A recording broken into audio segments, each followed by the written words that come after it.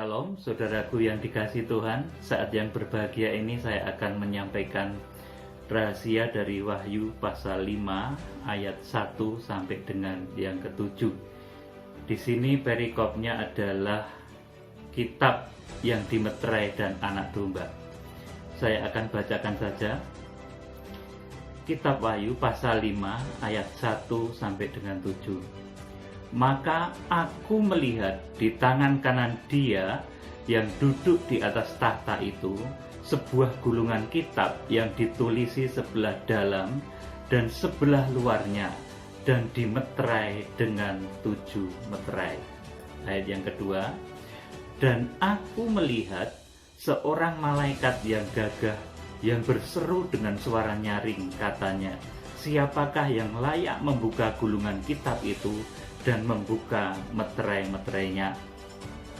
Tetapi tidak ada seorang pun yang di surga atau yang di bumi atau yang di bawah bumi yang dapat membuka gulungan kitab itu atau yang dapat melihat sebelah dalamnya. Ayat 4, maka menangislah aku dengan amat sedihnya, karena tidak ada seorang pun yang dianggap layak untuk membuka gulungan kitab itu atau melihat sebelah dalamnya. Selanjutnya, lalu berkatalah seorang dari tua-tua itu kepadaku, jangan engkau menangis, sesungguhnya singa dari suku Yehuda, yaitu tunas Daud, telah menang, sehingga ia dapat membuka gulungan kitab itu dan membuka ke-7 meterainya.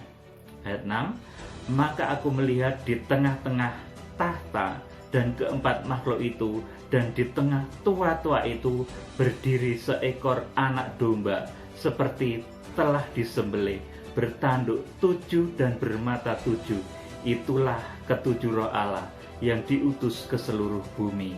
Ayat 7, lalu datanglah anak domba itu dan menerima gulungan kitab itu dari tangan Dia yang duduk di atas tahta itu. Amin, saudaraku. Di sini kalau kita perhatikan baik-baik, maka kitab Wahyu pasal 5 ayat 1 sampai 7 ini mengandung muatan yang di dalamnya antara lain, nomor 1 ini ada sebuah gulungan kitab yang ditulisi sebelah luarnya dan sebelah dalamnya, di mana gulungan kitab itu dimeterai dengan ke-7 meterai. Ini yang pertama. Saudara, nanti akan saya lanjutkan di dalam pembahasan yang selanjutnya. Kemudian setelah ada kitab yang gulungan kitab yang termeterai dengan 7 meterai tersebut, maka ayat 2 ini mulai munculnya malaikat yang gagah. Ini adalah tokoh kegerakan kuda putih, pemimpin kegerakan kuda putih, pemimpin dari kegerakan Roh Kudus, pemimpin dari kegerakan hamba-hamba Tuhan di akhir zaman untuk menjangkau bangsa Israel. Saudaraku, di sini digambarkan sebagai munculnya malaikat yang gagah. Saudaraku, ini pada ayat yang selanjutnya, saudaraku, pada ayat yang kedua ini dan ketiga ditulis muncul malaikat yang gagah yang menyatakan bahwa tidak ada yang sanggup membuka gulungan kitab itu. Saudaraku, malaikat yang gagah ini di dalam Wahyu pasal 10 ini disebut juga malaikat yang berwajah seperti matahari, yang membawa gulungan kitab kecil yang terbuka di tangannya, di mana kaki kanannya menginjak lautan dan kaki kirinya menginjak daratan. Saudaraku, ini jugalah nanti tokoh hamba Tuhan yang merupakan pemimpin dari kegerakan kitab Wahyu, kegerakan kuda putih untuk menjangkau bangsa Israel. Setelah gereja-gereja dari berbagai bangsa itu nanti bersatu, di mana untuk menyatukan gereja dari berbagai bangsa-bangsa ini butuh waktu selama 2 tahun. Saudaraku, nubuatannya adalah ketika 2 tahun masa kelaparan terjadi, maka Yusuf menyatakan diri kepada saudara-saudaranya. Demikian pula di akhir zaman, nanti gereja-gereja Tuhan yang bertipe seperti Efesus, Smyrna, Pergamus, Tiatira, Sardis, Philadelphia, dan Laodikia itu akan dipimpin oleh hamba-hamba Tuhan yang disebut dalam kitab Wahyu pasal 1 sebagai 7 bintang di tangan kanan Allah, yang merupakan hamba-hamba Tuhan yang terpilih dan sangat diurapi.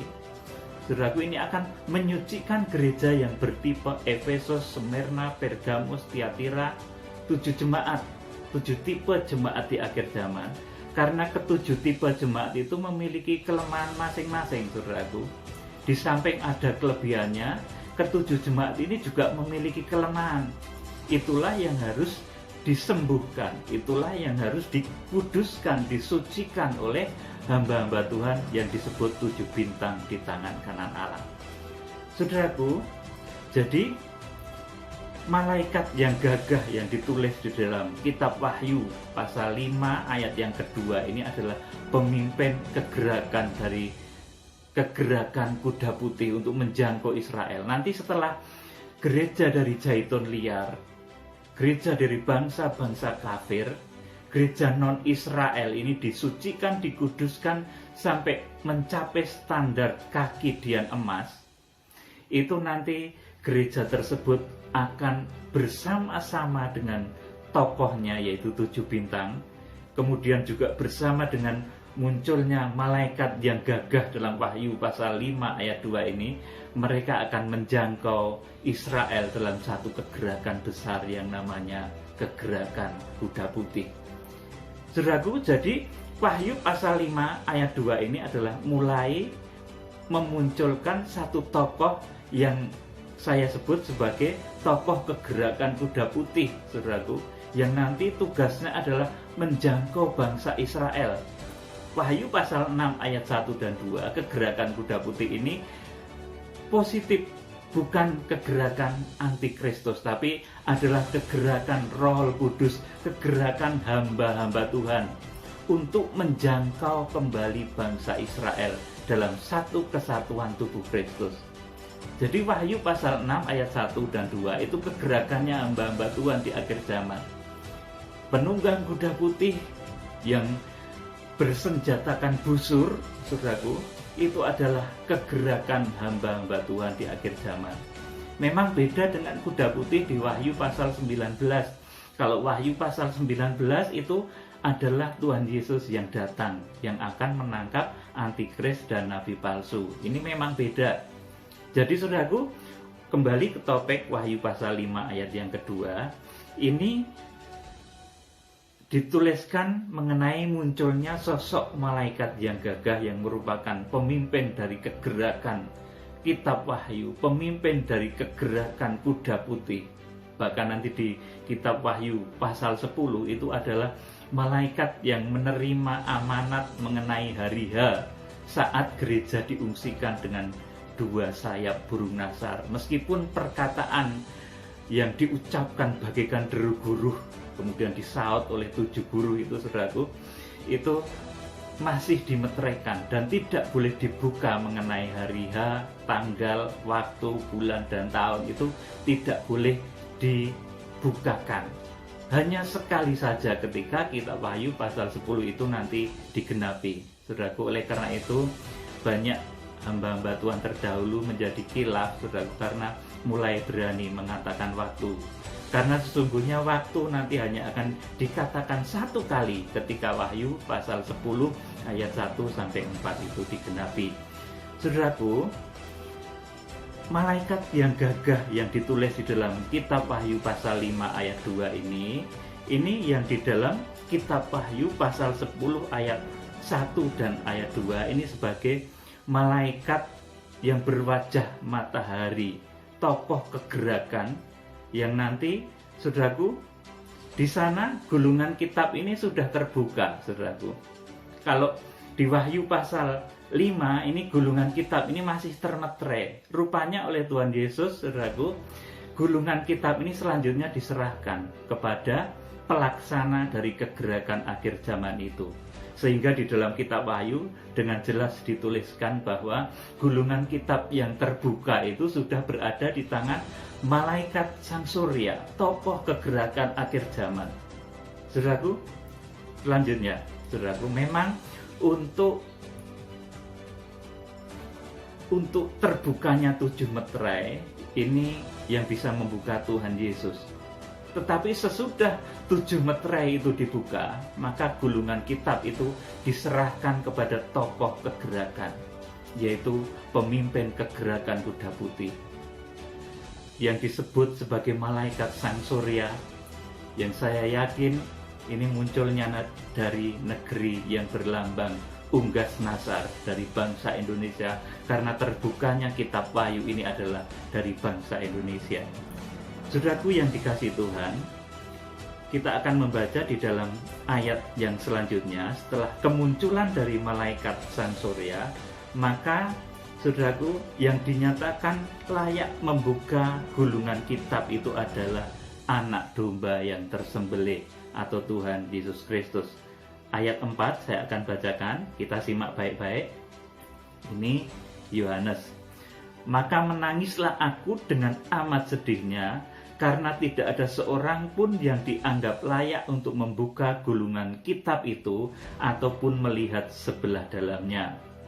Kemudian ayat yang kelima, lalu berkatalah seorang dari tua-tua itu kepadaku, janganlah engkau menangis, sesungguhnya singa dari suku Yehuda, yaitu tunas Daud, telah menang, sehingga ia dapat membuka gulungan kitab itu dan membuka ketujuh meterainya.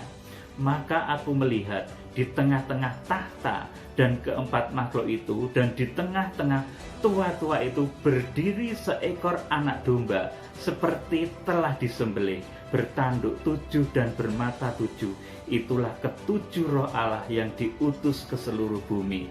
Lalu datanglah anak domba itu dan menerima gulungan kitab itu dari tangan Dia yang duduk di atas tahta itu. Amin. Tetapi jadi yang layak membuka gulungan kitab yang termeterai itu hanya Tuhan Yesus Kristus.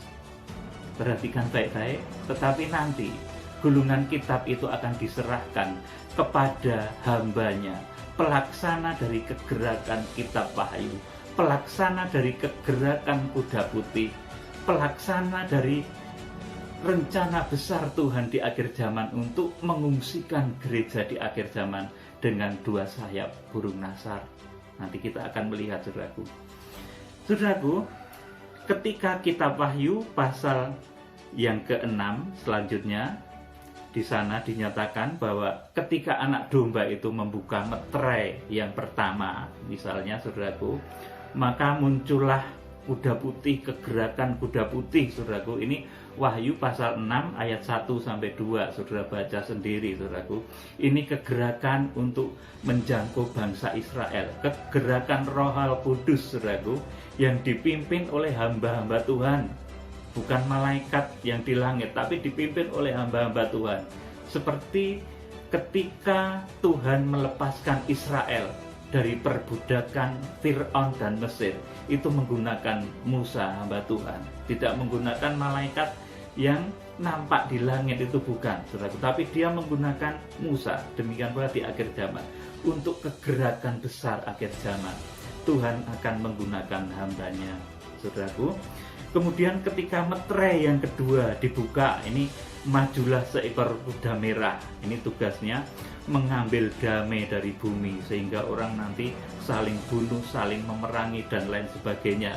Ini ditulis dalam Wahyu pasal 6 ayat 3-4. Ini meterai yang kedua, itu kuda merah. Saudaraku, adanya peperangan-peperangan dan lain sebagainya. Suasana damai hilang. Ini akibat nanti meluncurnya kuda merah. Ini meterai yang kedua. Ini ditulis dalam Wahyu pasal 6 ayat 3 dan 4. Kemudian ketika anak domba itu membuka meterai yang ketiga, ini kuda hitam melesat, saudaraku. Ini menimbulkan hukuman kelaparan yang teramat parah, saudaraku. sehingga harga bahan-bahan makanan akan menjadi sangat mahal. Saudaraku, ini tertulis dalam Wahyu pasal 6 ayat 5 dan ke-6. Saudaraku, kemudian setelah meluncur kuda hitam, meterai keempat dibuka. Saudaraku, ini ada satu kuda hijau kuning yang meluncur, yang kepadanya diserahkan kuasa maut atas 1/4 penduduk bumi. Jadi dilepasnya kuda yang keempat, kuda hijau kuning ini akan membunuh 1/4 penduduk bumi dengan pedang. Ini peperangan, artinya kemudian kelaparan, efek dari peperangan itu kelaparan, kemudian dan sampar dan penyakit ganas, saudaraku. Jadi ini nanti akan memakan korban 1/4 penduduk bumi. Ini dalam keyakinan iman saya, ini adalah perang dunia yang ketiga. Nanti selanjutnya akan ada perang dunia yang dahsyat sampai dengan 5 kali. Ada penjabarannya, kenapa perang dunia sampai 5 kali itu nanti akan ada penjabarannya. Saudaraku, selanjutnya ketika Tuhan Yesus anak domba itu membuka meterai yang kelima, ini maka nampaklah jiwa-jiwa di bawah mezbah. Ini Wahyu pasal 6 ayat 9 sampai 11, saudaraku. Jadi jiwa-jiwa yang sudah terbunuh oleh karena kebenaran, kesaksian, mempertahankan kebenaran ini diperlihatkan oleh Tuhan kepada Yohanes, saudaraku. Ini jiwa-jiwa di bawah mezbah, jiwa-jiwa yang sudah mati, saudaraku, di bawah mezbah.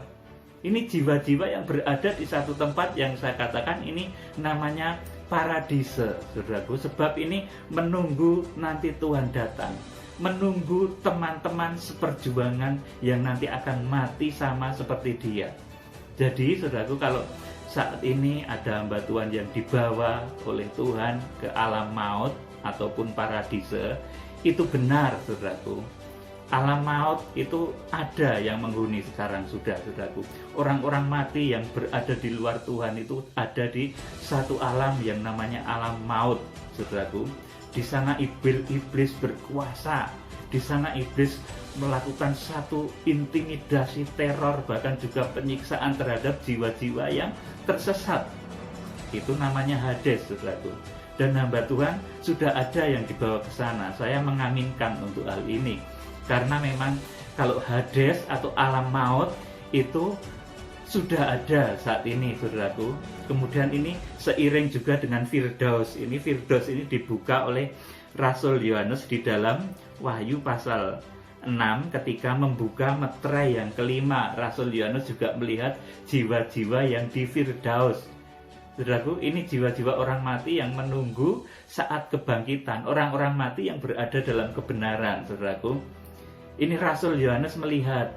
Jadi kalau ada hamba Tuhan yang dibawa ke alam maut, saudaraku, dunia orang mati itu saya mengaminkan itu benar, ikutilah dia, saudaraku. Tetapi kalau neraka itu memang belum ada, saudaraku. Sampai sekarang belum ada orang yang dicemplung ke neraka, itu belum ada. Nanti yang pertama dicemplung neraka itu adalah antikris dan nabi palsu. Kemudian baru kitab Wahyu pasal 20 dan 21, kemudian maut dan kerajaan maut itu dilemparkan ke dalam neraka, lautan api dan belerang, selama-lamanya kekal, saudaraku. Jadi kalau neraka belum ada yang berkunjung ke sana, belum ada. Tetapi kalau alam maut atau Hades itu ada, iblis di sana berkuasa, masih menteror. Jadi yang menteror alam maut, di alam maut itu adalah iblis, saudaraku. Kemudian, saudaraku, kalau di neraka ini sekarang belum ada, saudaraku, yang menghuni belum ada. Karena yang pertama menghuni neraka itu nanti adalah antikris dan nabi palsu. Iblis pun nanti diseksa di neraka itu, saudaraku, sehingga dia juga takut dengan neraka. Tetapi ketika di alam maut ini iblis masih berkuasa. Tetapi di lautan api dan belerang yang adalah neraka kekal itu, iblis pun sangat takut, gemetar dia. Saya mengaminkan kalau ada hamba Tuhan yang dibawa ke alam maut itu, mengaminkan betul dia. Tetapi kalau neraka sampai saat ini belum ada yang ke sana. iblis sangat takut menggeletar ke sana, saudaraku. Bahkan juga, saudaraku, yang pertama cemplung ke sana itu adalah antikris dan nabi palsu. Wahyu pasal 19 ayat 11 dan selanjutnya, saudaraku. Jadi ini meterai yang ke-6 ini Rasul Yohanes dibawa melihat kepada Firdaus, yaitu persinggahan orang-orang kudus setelah meninggal, saudaraku. Mereka bertanya, berapa lama lagi penguasa yang tunggal kami akan menanti-nantikan, dan itu menunggu dari jumlah teman-teman mereka yang akan dibunuh oleh karena kesaksian Yesus, saudaraku. Selanjutnya ketika meterai yang ke-6 dibuka, saudaraku, ketika anak domba ini membuka meterai yang ke-6, saudara, ini menjelang pemeteraian bangsa Israel, saudaraku, perhatikan baik-baik. Ini akan terjadi gempa bumi, matahari hitam, kelam bagaikan karung rambut, kemudian bulan berwarna merah darah, dan banyak meteor jatuh. Ini sebelum nanti bangsa Israel menerima Kristus Mesias, saudaraku. Sebelum bangsa Israel nanti dimeteraikan akan terjadi ini. Gempa bumi, kemudian matahari hitam, gelap, entah kenapa, saudaraku. Kemudian bulan merah darah, dan banyak meteor jatuh pada saat itu. Saudaraku, setelah itu, saudaraku, nanti kalau saudara membaca di dalam Wahyu pasal 7, setelah kejadian itu, maka akan ada pemeteraian terhadap bangsa Israel yang dimeteraikan sejumlah 144.000 orang. Saudaraku, jadi luar biasa sekali. Saudaraku, 144.000 orang ini merupakan angka secara hurufiah, saudaraku. Jadi ini bukan angka secara spiritualnya, karena ini ada menunjuk kepada angka-angka rohani juga, tapi ini angka hurufiahnya 144.000. Kemudian ketika meterai yang ke-7 dibuka, saudaraku, ini setelah Israel bersatu dengan bangsa Zaitun liar, setelah bangsa Israel menyatu menerima Kristus Mesias oleh karena kegerakan kuda putih tadi, saudaraku, maka kemudian terjadi sunyi senyap di surga selama setengah jam. Wahyu pasal 8 ayat 1. Ini meterai yang ke-7, saudaraku. Jadi meterai ke-7 ini merupakan satu penghormatan surga kepada persekutuan yang selama ini sulit disatukan, yaitu menyatunya Zaitun liar dan Zaitun asli, saudaraku. Akibat menyatunya Israel dan bangsa-bangsa Zaitun liar, persekutuan yang kudus, persekutuan tubuh Kristus dari segala bangsa, suku, bahasa dengan bangsa Israel sudah bersatu, maka surga pun hormat. Sunyi senyap di surga selama setengah jam lamanya. Amin, saudaraku. Jadi inilah pembukaan rahasia kitab Wahyu mengenai terbukanya gulungan kitab yang memang sudah ditulis di dalam kitab Wahyu pasal 6 mengenai meterai-meterai. Itu kemudian saya terangkan lebih detail tadi, saudaraku, supaya saudara memahami. Saudaraku, jadi hanya anak domba yang layak membuka meterai itu, saudaraku. Tetapi sesudah itu, saudaraku, gulungan kitab yang terbuka itu rupanya diserahkan kepada hambanya, saudaraku. Jadi ternyata gulungan kitab yang termeterai disegel dengan 7 meterai itu selanjutnya oleh anak domba diserahkan kepada hambanya. Wahyu pasal 10, saudara, kalau melihat Wahyu pasal 10 ayat 1 sampai 4 saya akan bacakan. Ini kitab yang terbuka. Kalau Wahyu pasal 5 tadi kitab yang termeterai, tapi Wahyu pasal 10 ini perikopnya kitab yang terbuka. Dan aku melihat seorang malaikat lain yang kuat turun dari surga, berselubungkan awan, dan pelangi ada di atas kepalanya, dan mukanya sama seperti matahari, dan kakinya bagaikan tiang api. Dalam tangannya ia memegang sebuah gulungan kitab kecil yang terbuka. Ia menginjakkan kaki kanannya di atas laut, dan kaki kirinya di atas bumi. Amin, saudaraku. Jadi ini, saudaraku, ternyata setelah kitab itu terbuka di Wahyu pasal 5, saudaraku, gulungan kitab itu terbuka, itu kepada Tuhan, itu dipercayakan kepada hambanya, yang saya sebut sebagai malaikat yang kuat, yang turun dari surga. Saudaraku, gambarannya turun dari surga ini nanti juga akan saya jelaskan kenapa begitu, saudaraku. Dia memiliki pengalaman surga bumi, tetapi dia tidak akan menceritakan dengan kesombongannya, tidak, saudaraku. Malaikat ini memiliki pengalaman surga bumi, saudaraku, tapi dia tidak sombong, saudaraku. Kemudian kepadanya, saudaraku, ini dipercayakan gulungan kitab yang sudah terbuka. Dalam tangannya ia memegang sebuah gulungan kitab kecil yang terbuka. Inilah kitab yang di dalam kitab Wahyu pasal 5 itu disebut gulungan kitab yang termeterai. Dan ternyata, saudaraku, gulungan kitab itu diserahkan kepada hamba Tuhan, pelaksana kegerakan akhir zaman, pemimpin kegerakan akhir zaman, saudaraku, kepada malaikat sang surya, kepada malaikat si unggas nasar, yang akan berderap nanti kegerakan itu munculnya dari negeri yang berlambang burung Garuda atau unggas nasar, saudaraku. Saudaraku, kegerakan ini akan dimulai dari kitab Wahyu pasal 1, yaitu munculnya 7 bintang yang digenggam di tangan kanan Allah, itu munculnya 7 hamba Tuhan yang begitu dahsyat yang diurapi juga, saudaraku. Kemudian 7 hamba Tuhan itu akan melaksanakan penyucian terhadap gereja-gereja Zaitun liar selama 2 tahun, saudaraku. Disucikan, dikuduskan sampai memiliki ciri seperti 7 kaki dian emas. Kemudian setelah 2 tahun ini usai, setelah masa penyucian, pengudusan bangsa, gereja bangsa non-Israel ini selesai selama 2 tahun, nubuatannya Yusuf menyatakan diri kepada saudaranya, setelah 2 tahun terjadi masa kelaparan, maka akan terjadi kegerakan besar yang namanya kegerakan kuda putih, yang dipimpin oleh malaikat yang gagah kalau dalam Wahyu pasal 5. Kalau dalam Wahyu pasal 6, dia adalah penunggang kuda putih yang bersenjatakan busur, saudaraku.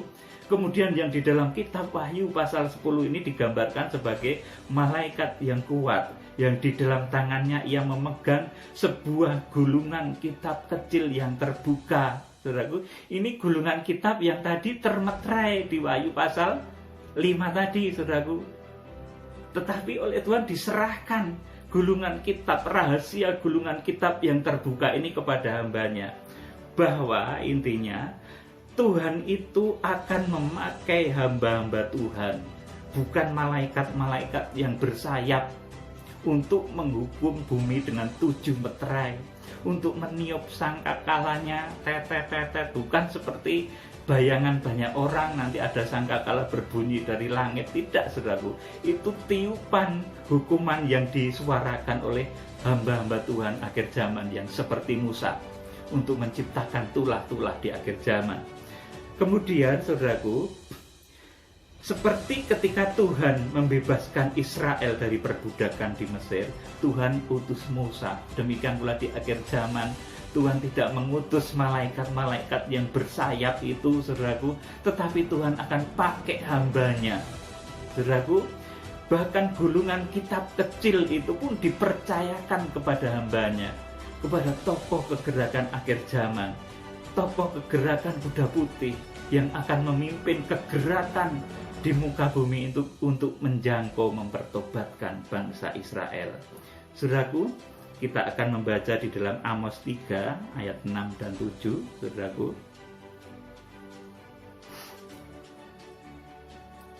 Saya bacakan Amos 3 ayat 6 dan 7.